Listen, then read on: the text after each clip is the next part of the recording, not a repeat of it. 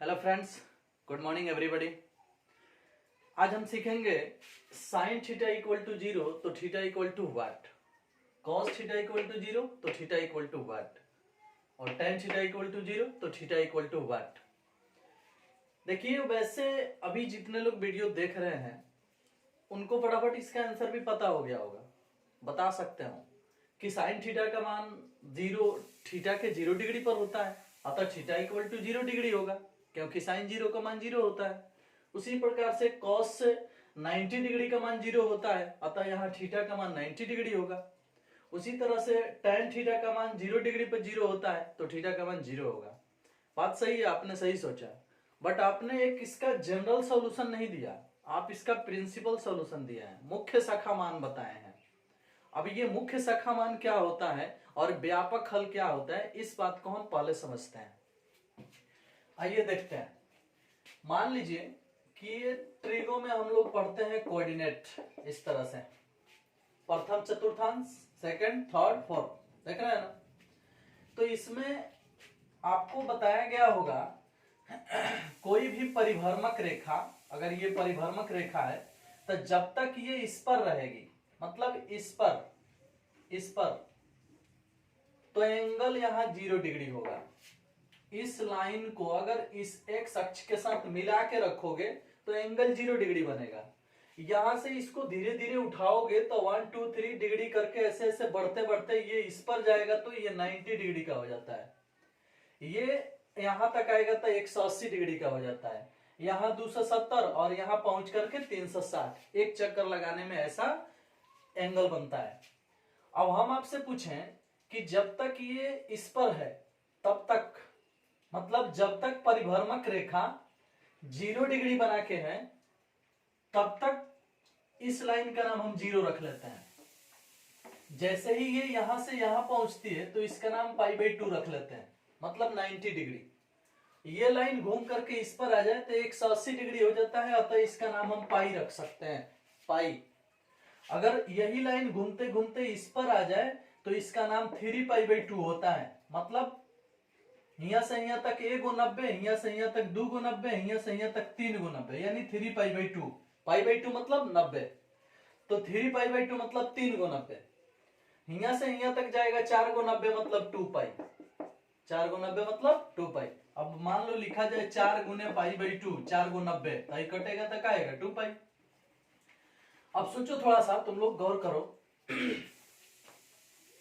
कि एक चक्कर लगाए हैं तो इस लाइन पर जब तक परिभ्रमक रेखा है तब तक 0 डिग्री बना है, 0 रेडियन बना है, इसलिए इसका नाम हम 0 रखें, इस लाइन का ही नाम 0 रखें। यहां से यहां पहुंच गए तो 90 बन गया, इसलिए इसका नाम π/2 रखें। यहां से यहां पहुंच गया तो 180 डिग्री तक हो गया, टोटल एंगल 180 हो गया, इसलिए इसका नाम हमने पाई रख दिया। उसी तरह से यहाँ पहुंच गया अगर घूमते घूमते तो 270, इसलिए 3π/2 रख दिया। अगर यहाँ पहुंच गया फिर घूम करके एक चक्कर लगा करके तो इसका नाम हो गया 2π, मतलब 360 डिग्री हो गया। तो एक चक्कर लगाने के बाद इसका नाम क्या हो गया 2π। अगर यहां से फिर पहुंच गया इस पर तो अब ये क्या हो जाएगा, ये सोचना होगा। तो हम अभी सिखाए हैं कि यहाँ से यहाँ तक 1 π/2, यहाँ से यहाँ तक 2 π/2 होता है, 2 π/2, तो 2 कट के बचता है पाई। यहाँ आने पर होता है 3 π/2, 3 π/2 ऐसे होता है, तो हई 3 π/2 को मिला के लिखे हैं 3π/2। यहाँ पहुंचने पर होता है 4 π/2, 4 π/2, तो 2 से ही कटेगा तो आएगा 2π। यहाँ पहुंचने पर हो जाएगा 5 π/2, फिर यहाँ पहुंचने पर हो जाएगा 6 π/2, 6 π/2 तो कट के कितना आ जाएगा 3π, ये हो गया 3π।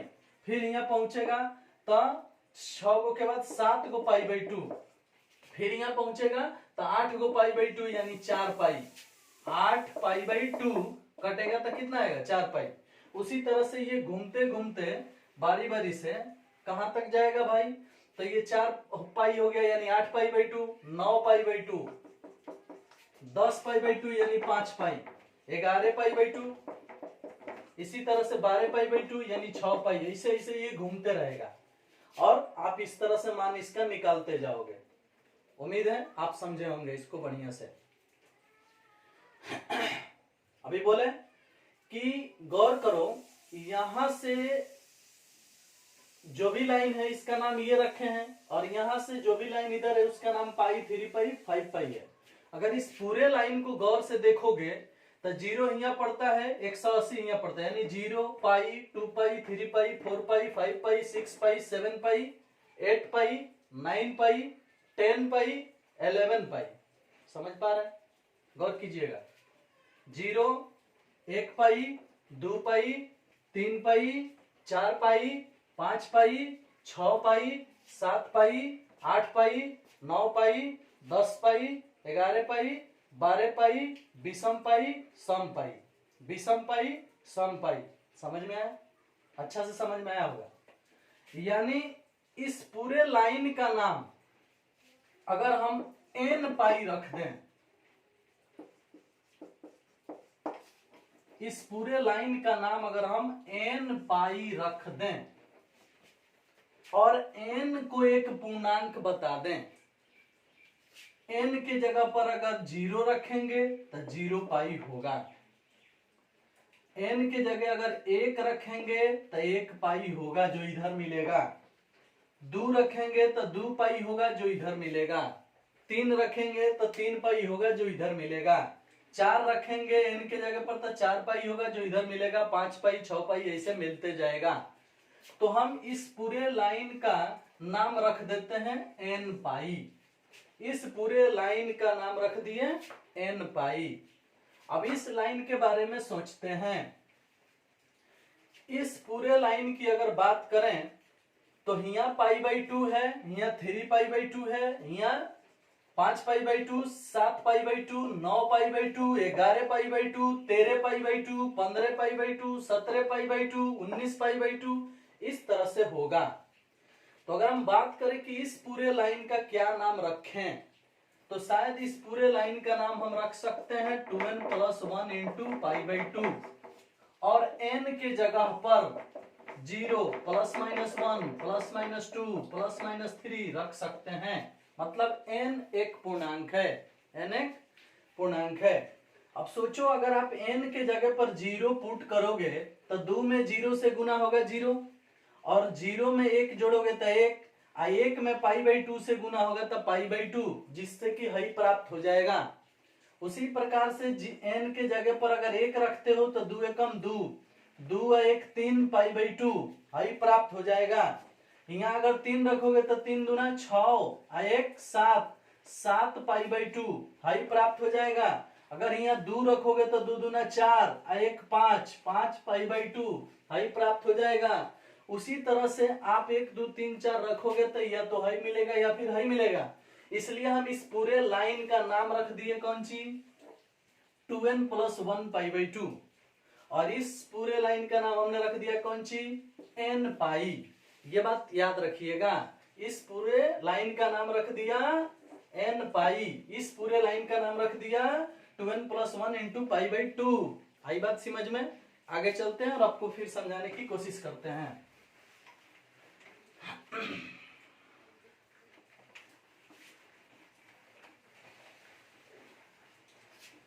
देखिएगा, गौर कीजिएगा आप लोग। बात है साइन थीटा इक्वल टू 0 तो थीटा इक्वल टू व्हाट। देखो जी, बात करते हैं साइन थीटा,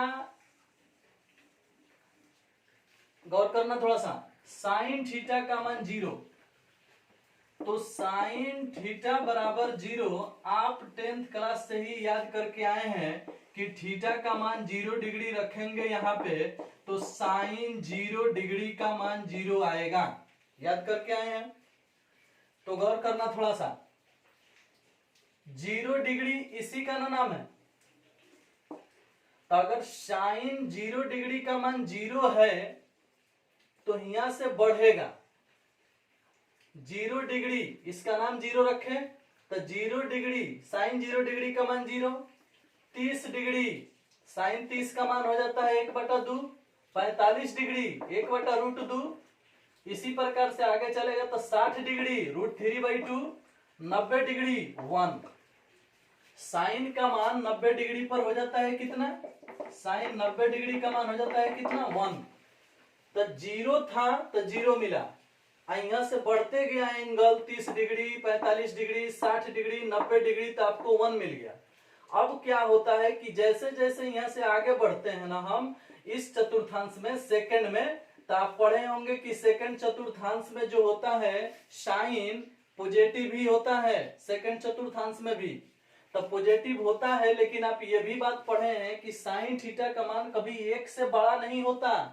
तब इससे मतलब जब इस चतुर्थांश में आ जाओगे इसमें, तो 1 से मान बढ़ेगा नहीं, फिर घटने लगेगा, क्योंकि साइन का मान 1 से बड़ा नहीं होता है। तो घटेगा तो फिर यहाँ से इस पर आएगा, इस पर आएगा, इस पर आएगा और इस पर आएगा। तो यहाँ से जब इस पर जाएगा तो हाई हो जाएगा √3/2, हाई हो जाएगा 1/√2, हाई हो जाएगा कितना 1/2, और हाई हो जाएगा कितना, हाई हो जाएगा कितना 0। इस तरह से हो जाएगा। 1 2 3 लाइन बीच में पड़ा है, तो उसी तरह से 3 लाइन ये भी बीच में पड़ेगा, थोड़ा सा दूरी दूरी पर होगा। यहाँ एगो होगा, एगो यहाँ होगा, एगो यहाँ होगा। इस तरह से अगर आएगा तो यहाँ हो जाएगा √3/2, यहाँ हो जाएगा 1/√2, और यहाँ हो जाएगा 1/2, और फिर हो जाएगा 0। तो साइन थीटा का मान 0 यहाँ भी मिल गया और यहाँ भी मिल गया। अब इस तरह से अगर घूमेगा बार बार तो साइन थीटा का मान 0 अगर 1 चक्कर लगाएगा, 2 चक्कर लगाएगा, 3 चक्कर लगाएगा, चाहे जितना चक्कर लगाएगा, बार बार इस पर मिलेगा ना तो इस पर मिलेगा, इस पर मिलेगा ना तो इस पर मिलेगा। और इस पूरे लाइन का नाम हम अभी थोड़ा देर पहले बता के गए हैं, कौन सी, n पाई। इसलिए साइन थीटा बराबर 0 होने पर थीटा का मान खाली 0 डिग्री कहना उचित नहीं है। 0 डिग्री अगर खाली कहते हो तो ये मुख्य शाखा मान हुआ, ये जनरल सॉल्यूशन नहीं है। 0 डिग्री पर भी मिल सकता है, 180 डिग्री पर भी मिल सकता है। इस तरह से जितना चक्कर लगेगा उतना मान प्राप्त होगा। तो उन सबको बोलने के बजाय थीटा का मान अगर हम n पाई रख देते हैं, या तो यहाँ मिलेगा ना तो यहाँ मिलेगा, यहाँ मिलेगा ना तो यहाँ मिलेगा, चाहे जितना चक्कर लगा लो। तो इस पूरे लाइन का नाम हम पहले ही बता चुके हैं, n पाई। इसलिए साइन थीटा बराबर 0 होने पर थीटा का मान n पाई रखा जा सकता है। यह है व्यापक हल, व्यापक हल, जहां n का मान +-1 +-2 इस तरह से, यानी एक पूर्णांक वैल्यू रखा जा सकता है। पूर्णांक वैल्यू कुछ भी रखोगे तो चाहे जितना चक्कर लगाओगे सब मिल जाएगा। जैसे मान लो हमने 0 रख दिया तो 0 मिल जाएगा। अगर हम यहाँ 1 रख देते हैं तो 1 पाई इधर होता है 1 पाई। अगर 2 रख देते हैं तो 2 पाई, 3 रख देते हैं तो 3 पाई, 4 रख देते हैं तो 4 पाई, 5 रख देते हैं तो 5 पाई, 6 रखेंगे तो 6 पाई, विषम रखेंगे विषम पाई, सम रखेंगे सम पाई, और इसका पूरा नाम हो जाएगा n पाई। उम्मीद है आप अच्छी तरह से समझ गए होंगे। साइन थीटा का मान 0 तो थीटा = n पाई होगा।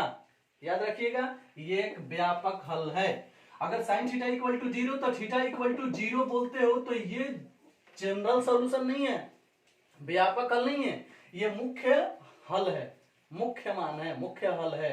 मतलब आप नॉर्मल 1/4 के बारे में जानते हैं। 10th क्लास के नीचे की बात बता रहे हैं, अगर खाली यही बता रहे हैं तो। लेकिन अगर आप 10th पास कर गए हैं, 11th 12th पढ़ लिए हैं या पढ़ रहे हैं, तो आपको जानकारी होनी चाहिए कि साइन थीटा = 0 तो थीटा = n पाई। समझ में आया? इससे आप चाहे जितना चक्कर लगेगा सबका मान बता सकते हो। इसी प्रकार से अगर बात करें कॉस थीटा का, तो बाबू सोच लो, कॉस थीटा का मान 0 आता है 90 डिग्री पर, हर कोई जानता है। कॉस थीटा का मान 0 होता है कितने डिग्री पर? थीटा = 90 डिग्री पर। कॉस 90 का मान 0 होता है, हर कोई जानता है। कॉस 0 का मान 1 होता है, कॉस 90 का मान 1 होता है। कॉस 0 का मान 1 होता है, कॉस 90 का मान 0 होता है।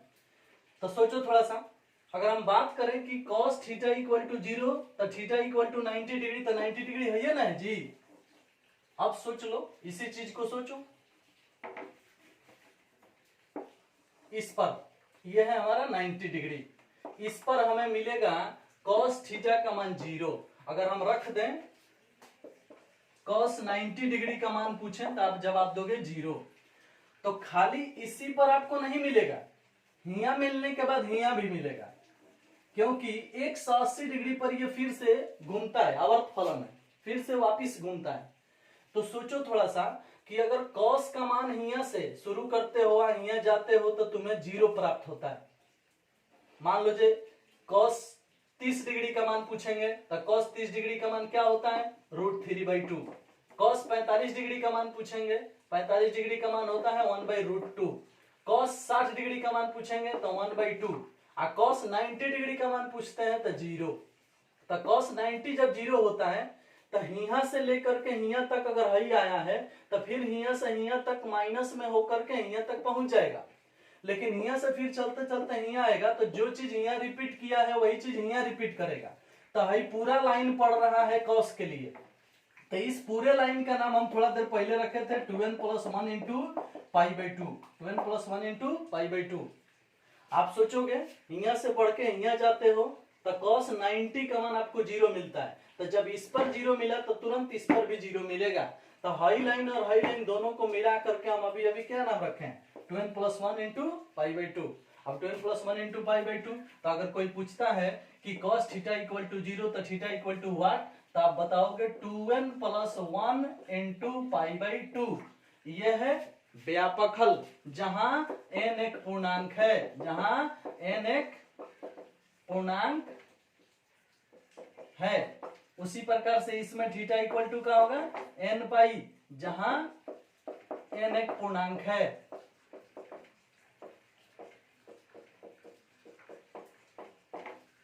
बस समझ में आ रहा है। इसी प्रकार से अगर हम बात करें tan वाला तो कुछ खास नहीं है, उसमें भी कुछ खास नहीं है।